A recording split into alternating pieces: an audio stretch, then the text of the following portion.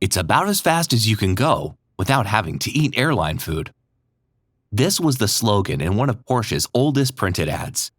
A car company known not only for its high-performance sports vehicles, but also the audacity of its marketing copy. "Nobody's perfect," proclaimed another tongue-in-cheek, listing out top 10 finishers in the 1983 Le Mans race underneath. Porsche got 9 out of the top 10 places that year. A car that merely gets you there just doesn't go far enough. This last one is perhaps the best encapsulation of what the brand truly stands for: a driving experience that goes beyond the merely utilitarian objective of getting from A to B. The story of the German automaker started almost a century ago, in 1931, pre-World War II Germany.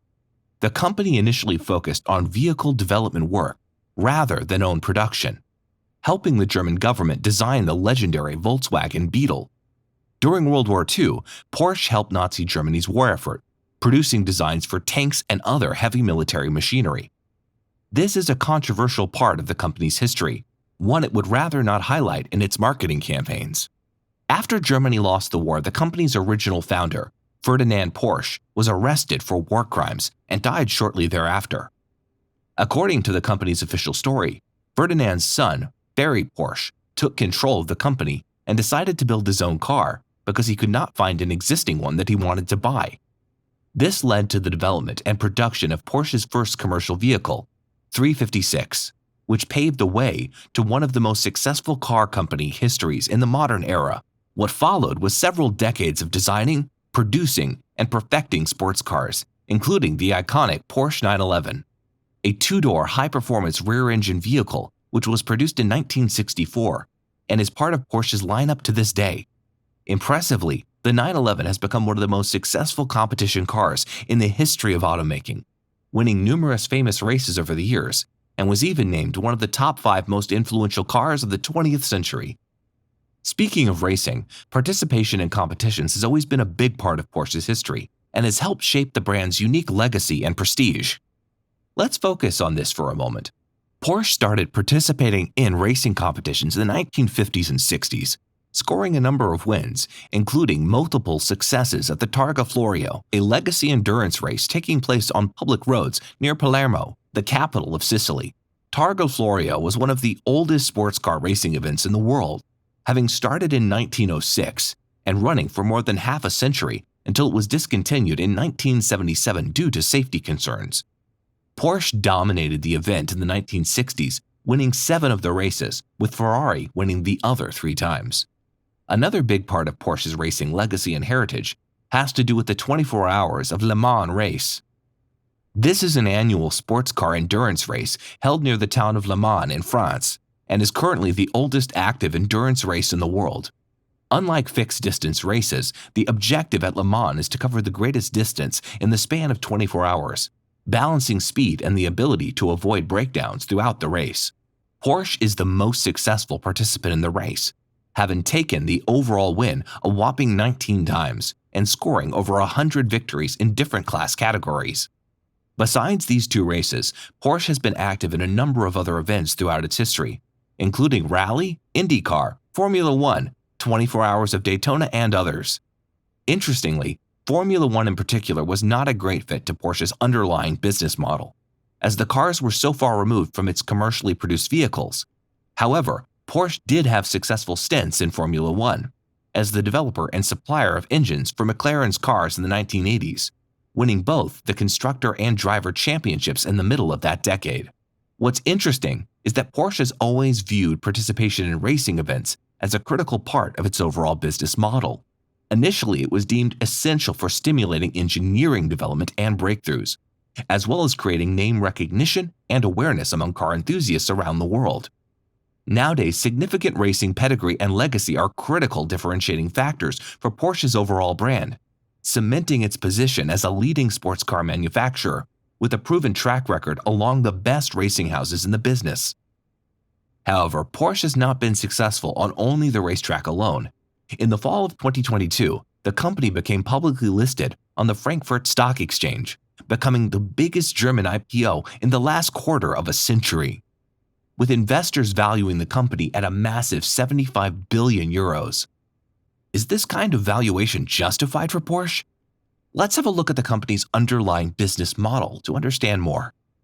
At its heart, the business of Porsche is built around the idea of producing highly desirable and relatively exclusive sports cars and selling them at significant premiums to the world's high net worth individuals. This, by the way, is where Porsche's racing and engineering heritage comes in handy, as it sets the company apart from the competition and allows its customers to associate themselves with one of the greatest sports franchises in the world. Add in a price point that rules out all but the most financially successful, and you have a recipe for a unique brand personality, which is all but impossible to recreate, even in a whole lifetime. Curiously, Porsche's current product lineup includes only a handful of vehicles, split across three main segments: two-door sports cars, sports limousines, and sports SUVs.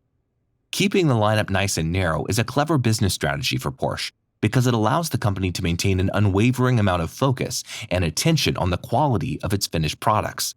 This, by the way, was the exact same strategy that Steve Jobs utilized when saving Apple from bankruptcy after his return to the company, as product proliferation is almost never a good idea for complex manufacturing environments.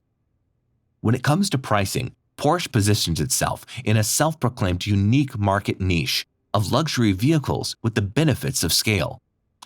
The typical way to think about a car market is to split it into several subcategories, normally described as mass market, premium, and luxury car segments. Each segment has a unique set of characteristics. Mass market cars cost less to produce and buy, but there are a lot of people who purchase them. Premium cars have higher quality parts and workmanship, and therefore sell at a higher price, which reduces the number of people who can afford them. Luxury cars are the extreme version of the premium segment, with the highest level of exclusivity and the smallest number of buyers. Against this backdrop, Porsche seems to have crafted a unique engineering and marketing recipe, producing way more cars than a typical luxury brand, while being able to sell them at way higher prices than typical premium car manufacturers. This lets the company be extremely profitable by the prevailing standards of its industry, and gives it plenty of excess cash to reinvest into R&D and engineering, which, in all likelihood, will only further distance the company from its competitors in the future. The company has also been astute with understanding its target customer base and what makes these people tick. Given the high price point, traditionally, only higher net worth individuals have been able to afford a Porsche. Notably, the decision to buy for them is typically not about functionality, but is rather all about desirability. If buying a Porsche makes wealthy people feel good about themselves, they would most certainly do it. Therefore, most of Porsche's marketing efforts have been focused on creating that feeling. If you sift through Porsche's newly available investor relations materials, you can see how thoughtful the company has been in approaching its customer wants and needs. It all starts with defining generic psychological profiles of people who consider buying a Porsche. In this case, those who can be characterized as creators, rebels, and heroes. The company tries to personify them by coming up with historical personalities who exemplify these generic profiles. Porsche then defines keywords which best describe what people like these would value, and then finally translate these words into their design language. The final result is a combination of characteristics which would help Porsche cars be a strong object of desire for its target audience. These include a big focus on the driver experience and car responsiveness, aerodynamic shapes, and high-density surfacing, a balance between analog and digital controls, to create the right amount of tension between progress and tradition. Another interesting aspect of the company's design language is the focus on driver's sensual appeal, including sound, scent, and material selection in the car's interior and exterior elements. With this level of attention to detail and customer desires, it is no surprise that Porsche cars have been selling so well over the years. According to the company's investor presentations, the number of car deliveries has tripled in the last decade, while 3 new models have been introduced into the lineup in response to evolving customer sentiments. Sports SUVs like Porsche's Cayenne and Macan models have been particularly good hits with customers, with yet another new model being in the works currently. So, where does the company's future lie? Well, for one thing, Porsche says that it intends to convert over 50% of its new car deliveries to battery-powered by 2025 and over 80% by 2030.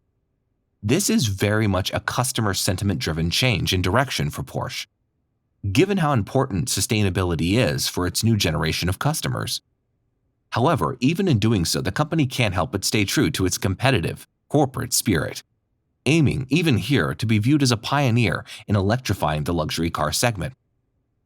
Porsche is also doubling down on digital innovation, ranging from in-car user experience to digital communities and mobile services, to personalized configurator recommendations when ordering cars through its website. Not only that, but impatient with the pace of its own in-house innovation efforts, the company has also launched a corporate venture fund, which is busy investing into early-stage startups that can provide Porsche with early access to new technologies, which can be complementary to its existing base business in the future. All in all, the future has never looked brighter for Porsche. New car deliveries and sales are at an all-time high and have been growing consistently over the years. The company has a broad and loyal customer base, with new target segments being defined for the company's attention, including driven women, creative leaders, and progressive youngsters. Porsche is also being ranked as the most attractive employer in Germany for economics, engineering, and IT graduates, and the company continues to capitalize on its entrepreneurial and innovative mentality. So in a nutshell, as one of its iconic ads used to say, the company is well positioned to continue keeping the logical side of our brains pinned to the back of our skulls, literally and metaphorically.